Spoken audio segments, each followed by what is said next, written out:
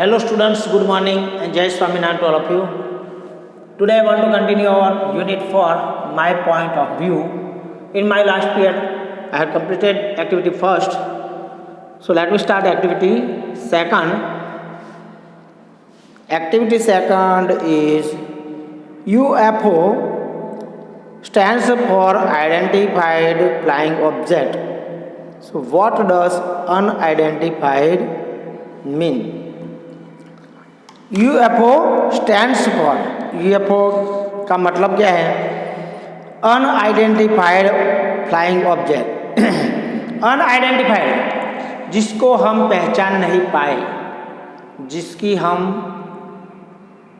जांच नहीं कर पाए, जिसको हम अच्छी तरह से उसको पहचान नहीं पाए, ऐसे फ्लाइंग ऑब्जेक्ट मतलब उड़ते हुए ऐसे पदार्थ जिसके बारे में हमको कोई जानकारी नहीं है, उसको बोलते हैं UFO।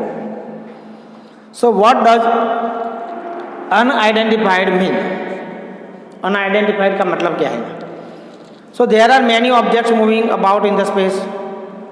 बहुत सारे ऐसे पदार्थ आकाश में मूविंग करते हैं। They are either sent by man into space और they may be celestial bodies. वो तो या तो कोई इंसान ने स्पेस में उसको भेजा है, या तो वो कोई अवकाशीय बॉडी है।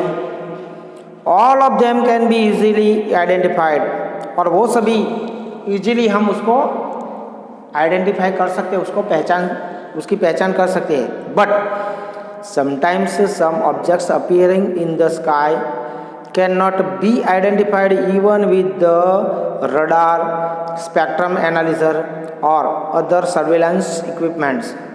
लेकिन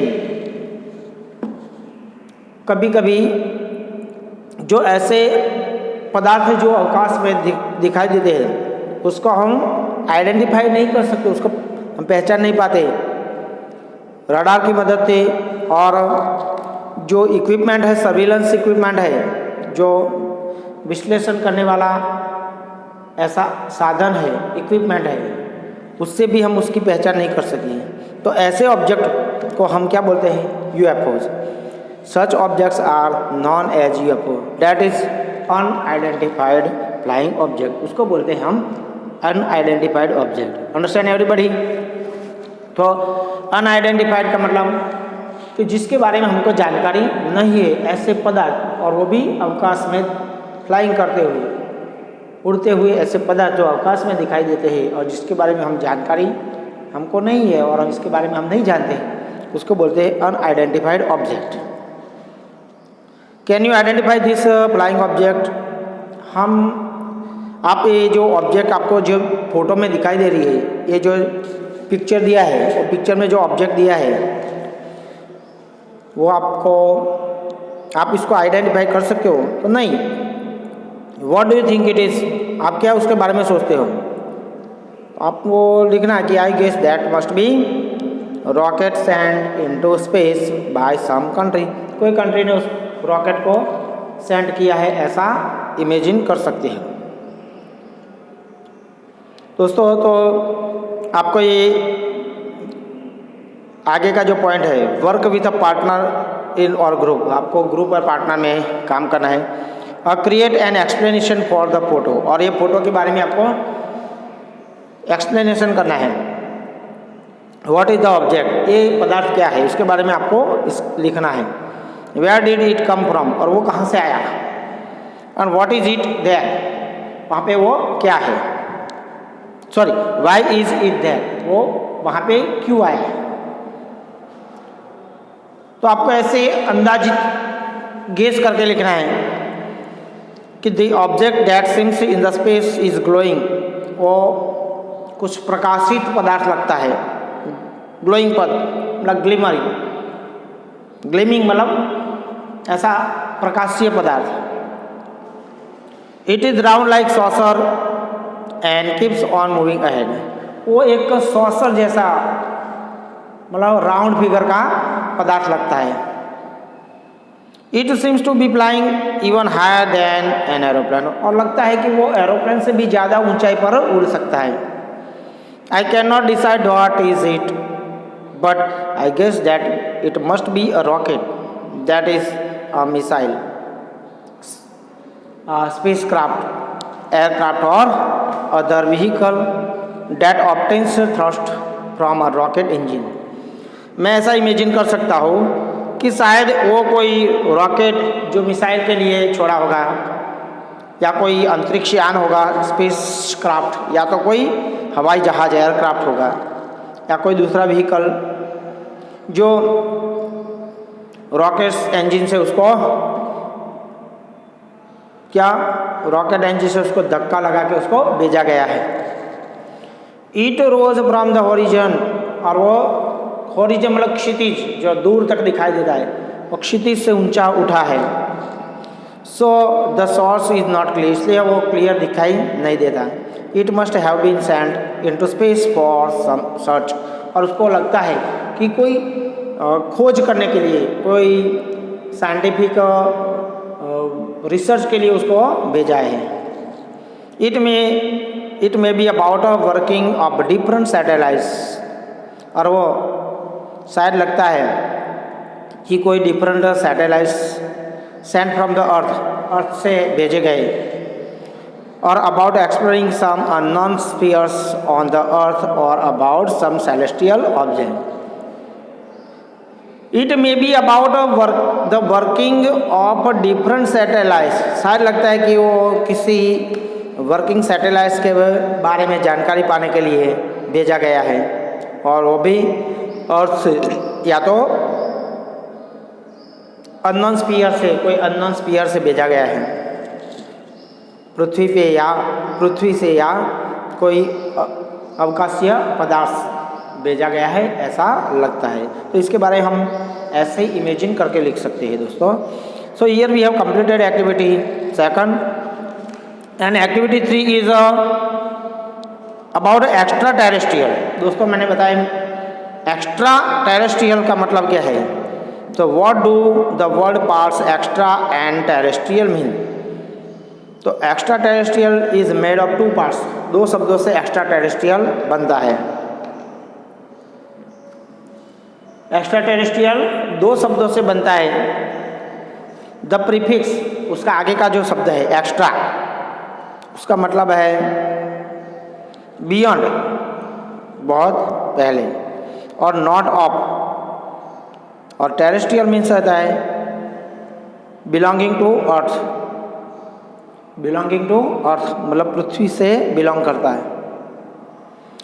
as an example the word extra terrestrial means of from outside the earth और इट्स एटमॉस्फेयर। इसका मतलब है पृथ्वी और पृथ्वी के एटमॉस्फेयर से बाहर का जो पदार्थ है उसको बोलते हैं एक्स्ट्रा टेरेस्ट्रियल।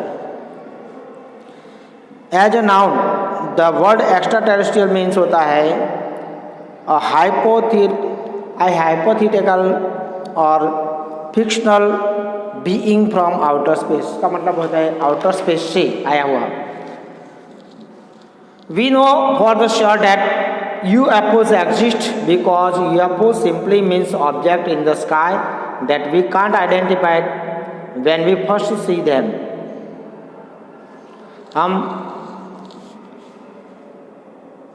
हम श्योर ये जानते हैं UFO के बारे में, UFOs exist, उसका अस्तित्व कैसे हुआ, because UFO simply means objects in the sky that we can't identify. ऐसे वो पदार्थ जिसके बारे में हम उसको आइडेंटिफाई नहीं कर सकते। वी फर्स्ट सी देम, हम पहले उसको देखते हैं, but we do not know if extra terrestrial exist.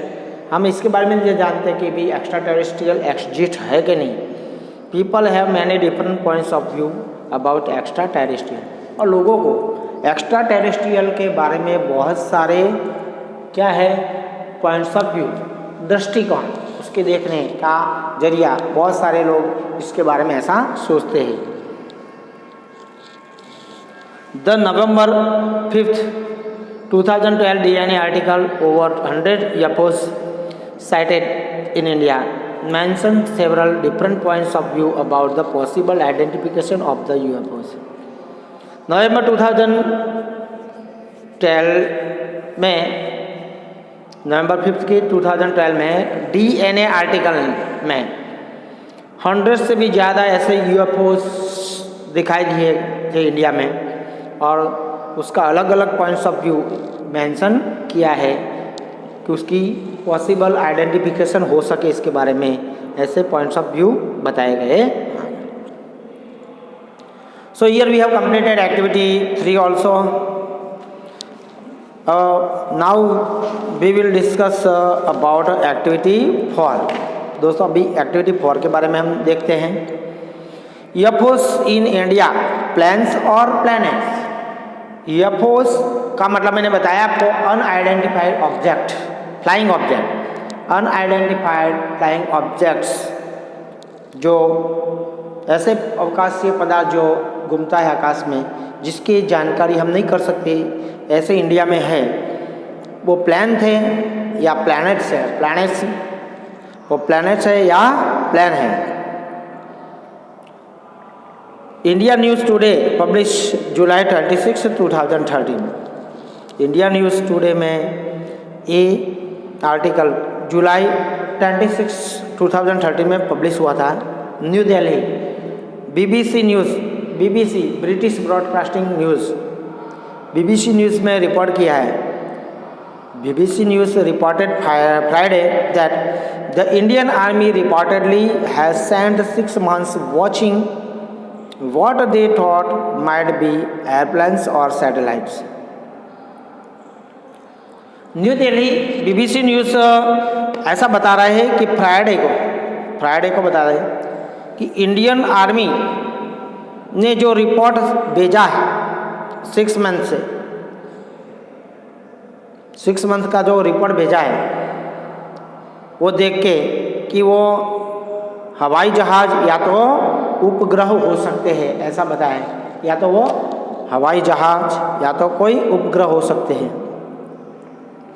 Now it appears that they may have been watching the rising and setting each night of Jupiter and Venus. अब वो it appears, और वो दिखाई देते हैं, that they may have been watching, ऐसे शायद ऐसे दिखाई सकते हैं कि वो राइजिंग मतलब उगते हुए और सेटिंग होते हुए, डूबते हुए, each night, her night, of Jupiter और वेनस, जैसे जुपिटर और वीनस और जुपिटर जो है हमारे प्लैनेट, ऐसे वो भी दिखाई देते हैं, अपीयर होते हैं। According to Calcutta based newspaper Telegraph, authority से 329 sightings of unidentified objects were documented over a lake in the Petrol region between last August and February।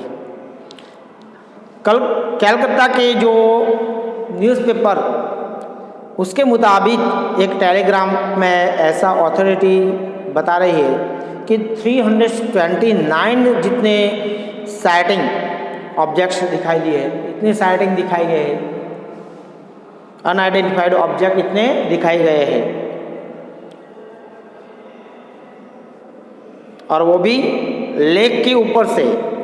और वो एरिया पेट्रोल रीजन मतलब सर्विलेंस के लिए जो रखा हुआ एरिया। पेट्रोल रीजन मतलब क्या होता है?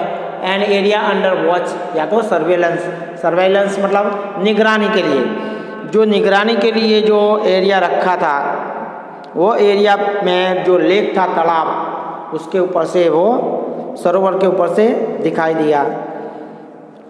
कलकत्ता का जो न्यूज़पेपर है, according to the Calcutta based newspaper, Calcutta के बेस, वहाँ का जो लोकल न्यूज़पेपर है वो टेलीग्राफ, और अथॉरिटी से वो क्या बोलता है कि 329 sightings of unidentified objects were documented. इतने 329 अनआइडेंटिफाइड ऑब्जेक्ट्स जो दिखाई दिए हैं, कहाँ पे? जो निगरानी के एरिया था वहाँ पे। कब? तो लास्ट अगस्त एंड फरवरी को 329 ऑब्जेक्ट लेक के ऊपर से निगरानी में से दिखने में आए। मिलिट्री सोर्सेज से दैट मिलिट्री सोर्सेज से the object seem to regularly rise from the horizon and slowly cross the sky. Military के लोग बता रहे हैं कि ये जो पदार्थ है वो रेगुलरली राइजिंग होते हैं। कहाँ से? होरिजिन, मतलब क्षितिज से वो उठते हैं और धीरे धीरे वो क्रॉस करके स्काई में चले जाते हैं। आर्मी लैंस नायक मनमोहन सिंह, आर्मी के जो लैंस नायक है Manmohan Singh, reported that he had noticed a delay of 4 minutes in the appearance of one of the objects each consecutive day। Army के जो लैंस नायक है जिसका नाम है मनमोहन सिंह, उन्होंने रिपोर्ट किया है कि उन्होंने नोटिस भी किया है कि ये जो अपीयरेंस है, वो जो पदार्थ दिखाई देता है ऑब्जेक्ट, वो लगातार हर रोज़ 4 मिनट लेट दिखाई देता है, हर रोज़ 4 मिनट लेट दिखाई देते हैं। Manmohan Singh also said that the object seem to be the brightest lights in the sky and always appear to move with respect to the stars.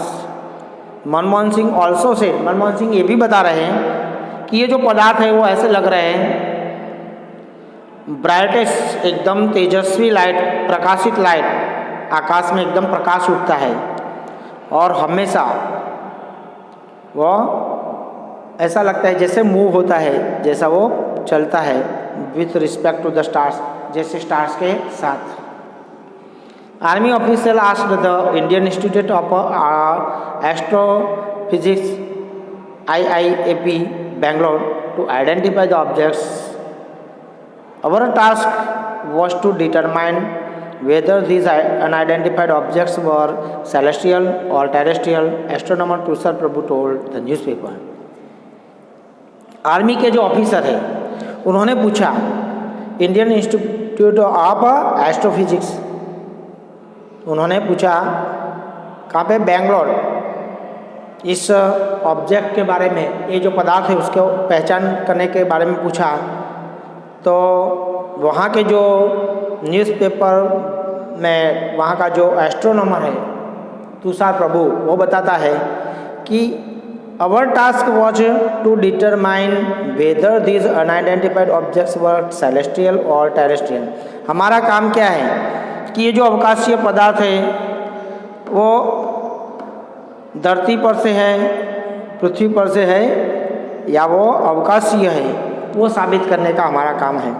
ऐसा न्यूज़पेपर में तुषार प्रभु जो एस्ट्रोनॉमर है वो अपना राय बताता है। The IIAP team told the Indian army how to record data about the sightings. IIAP की जो टीम है उन्होंने इंडियन आर्मी को बताया कि वो रिकॉर्ड डेटा है साइटिंग का, उसके बारे में। हाउ टू रिकॉर्ड, कैसे इसको रिकॉर्ड करना। IIAP team told the Indian army, IIAP team ने इंडियन आर्मी को बताया हाउ टू रिकॉर्ड, कैसे उसको रिकॉर्ड करना है डेटा को। जिस साइटिंग है, ये जो दृश्य दिखाई देते हैं उसका रिकॉर्ड कैसे रिकॉर्ड करना है वो बताया। Using this data as a source of information the team of astronomers concluded that the objects observed were the planets Jupiter and Venus. ये डेटा को इस्तेमाल करके और इंफॉर्मेशन, इस चीज़ों की इंफॉर्मेशन यूज़ करके एस्ट्रोनॉमर की जो खगोल शास्त्री की जो टीम है उन्होंने ऐसा निष्कर्ष निकाला, ये ऑब्जेक्ट, ये पदार्थ के बारे में ऐसा निष्कर्ष निकाला कि वो प्लैनेट्स जुपिटर और वेनस वो है, ऐसा उन्होंने निष्कर्ष निकाला। The IIAP team said stars and planets over the horizon appear very bright because of increase atmospheric transparency at the high altitude, and that both Jupiter and Venus at that time were the brightest planets in the sky. IIP team बता रही है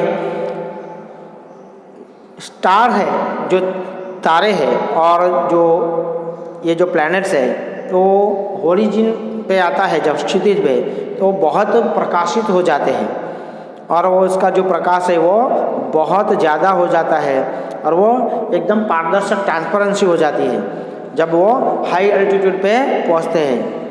और जो Jupiter है और Venus है वो वही टाइम पे बहुत ब्राइटेस्ट हो जाते हैं, आकाश में वो बहुत तेजस्वी हो जाते हैं, ऐसा वो बता रहे हैं। But not everyone accept that IIP finding, लेकिन सभी लोगों ने ये IIAP टीम का जो संशोधन था, रिसर्च, उसको किसी ने मान्य रखा नहीं, स्वीकार किया नहीं। Local farmers have said that they have video taped objects that do not seem to be planet. वहाँ के जो किसान लोग हैं, फार्मर्स, वो बता रहे हैं कि ये जो ऑब्जेक्ट जो प्लैनेट जैसा लग रहा है वो क्या है, वीडियो टैप है, वो कोई दूसरा नहीं है। UFO experts are saying that there have been so many UFO sightings in the area that they may be underground UFO base in the area। UFO experts ऐसा बता रहे हैं there have been so many UFO sightings in the area, ऐसे बहुत सारे area में ऐसे sighting हो रहे हैं और दे में बी एन अंडरग्राउंड UFO, वो कोई अंडरग्राउंड UFO बेस एरिया लगता है। So friends, here we have completed activity four also and there are some question, so let we discuss this question. What is this write up, मतलब ये जो right up मतलब ये article क्या है, किसके बारे में, and give details of it, और उसकी डिटेल बताओ। तो this write up is a newspaper report, ये क्या है, न्यूज़पेपर रिपोर्ट है। It was publish in India news today on July 26, 2013, और वो पब्लिश कब हुआ था, इंडिया न्यूज़पेपर में, टुडे, इंडिया न्यूज़ टुडे में जुलाई 26, 2013 में, और it was publish in new Delhi, और वो न्यू दिल्ली में पब्लिश हुआ था। So how was the Indian army wrong in the identification of UFO, how were the Indian army wrong, Indian army कैसे wrong थी, किसमें, UFO की आइडेंटिफिकेशन में, UFO को आइडेंटिफिकेशन में भारतीय सेना कैसे गलत थी। तो even after spending 6 months watching the UFOs, the Indian Army concluded that they might be airplanes or satellites। इतने सारे 6 महीने की UFO की निगरानी करने पर भी इंडियन आर्मी ने निष्कर्ष कंक्लूडेड, मतलब निष्कर्ष निकाला कि शायद वो कोई उपग्रह, सैटेलाइट हो सकता है या एरोप्लेन हो सकता है। But in fact they may have been watching the rising and setting each night of Jupiter and Venus. They may have been, लेकिन वो शायद ऐसा लगता था कि वो जुपिटर और वेनस की राइजिंग और सेटिंग को देख रहे थे, मतलब उसको जब उसका उदय होता है और अस्त होता था वही देख रहे थे। So here we have completed activity four, so we will continue our next activity in our next period, okay, and you have to write this question answer in your CW notebook. Jai Swaminarayan to all of you.